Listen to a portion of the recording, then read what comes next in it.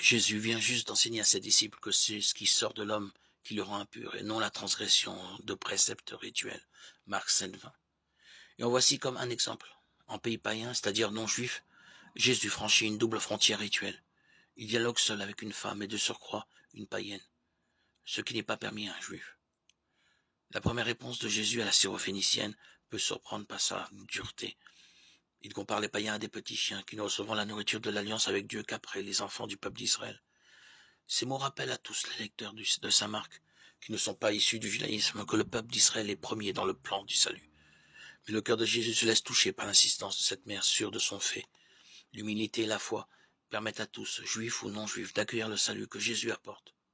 Le ministère de Jésus est désormais élargi.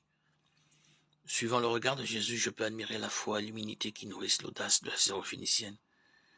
Et je me demande qui sont les païens d'aujourd'hui que le Seigneur m'invite à admirer parmi ceux qui ne partagent pas ma foi, qui vivent leur foi autrement que moi, ou qui ne croient pas. Nous n'aurons jamais fini d'accueillir l'ouverture du salut à tous.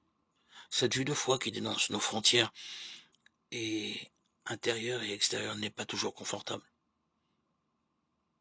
Comment l'annoncer à tous aujourd'hui? Et comment la vivre pleinement? Quelle initiative pourrait y contribuer? Seigneur, tu as révélé ton Fils unique aux nations grâce à l'étoile qui les guidait.